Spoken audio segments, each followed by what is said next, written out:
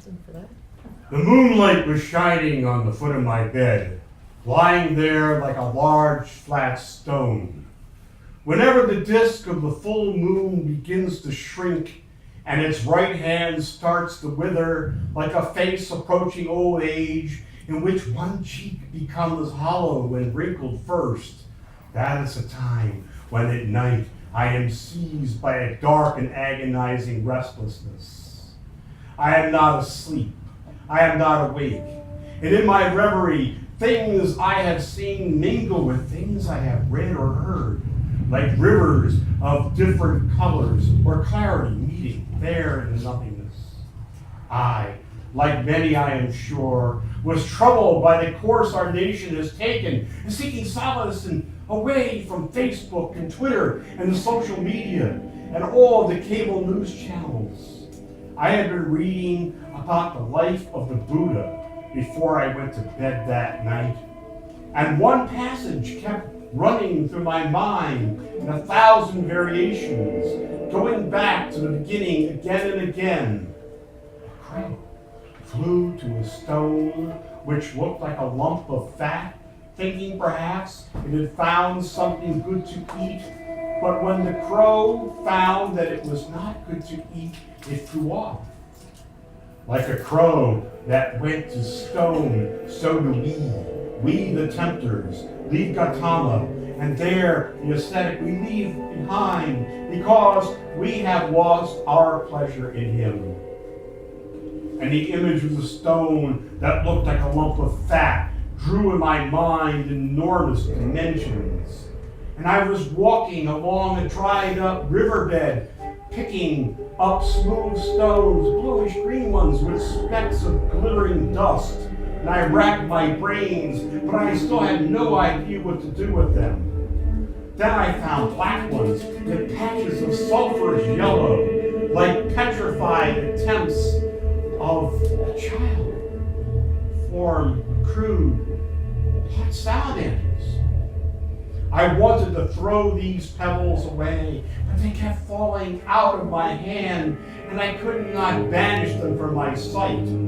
All the stones that ever played a role in my life pushed back to the earth around me. Some struggled clumsily to work their way through the sands to the light, like so many slate-colored crabs.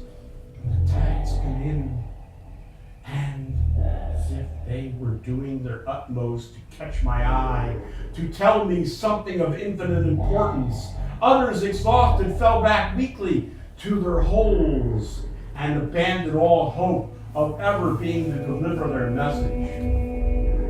Then, on the table in front of me, before me, there was a book with cover of metal, and indentations in the form of rosettes and gems, large and small stones. I picked it up and opened it. I could make out the title of the first chapter, Evil, the impregnation of souls. Somehow I felt that my task was to repair this book. My task was to repair, which was cracked, especially in the spine. But I read on, and this book was speaking to me. Its dreams speak, as dreams speak, only more clearly, more distinctly. Words streams out from the invisible mouth, took on life, coming forward to me, twisting and turning before me, changing into shapes, dancers in so many colors that they sank to the ground, and them there turning into iridescent haze in the air and vanish, making room for the next. Some of the things I saw, some of the beings that came forward had permanence, like so many strings of pearls slipping through a silk thread. Silk notes there in the melody pouring from an invisible mouth. It no longer was a book speaking to me now, but a voice speaking visible words. And the words were with echo, and some of them were without echo. Each sound they appeared in that here and now had many echoes, and many came forth, then died and disappeared. I had read this book to the very end and was still holding it in my hands, and yet I had some searching through my brain.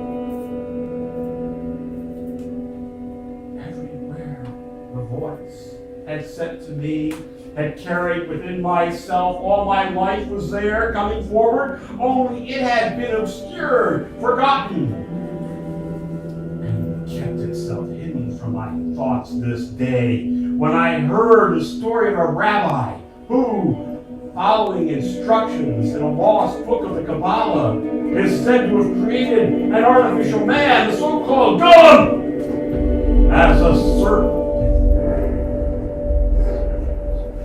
help him ring the synagogue bells and the other menial tasks.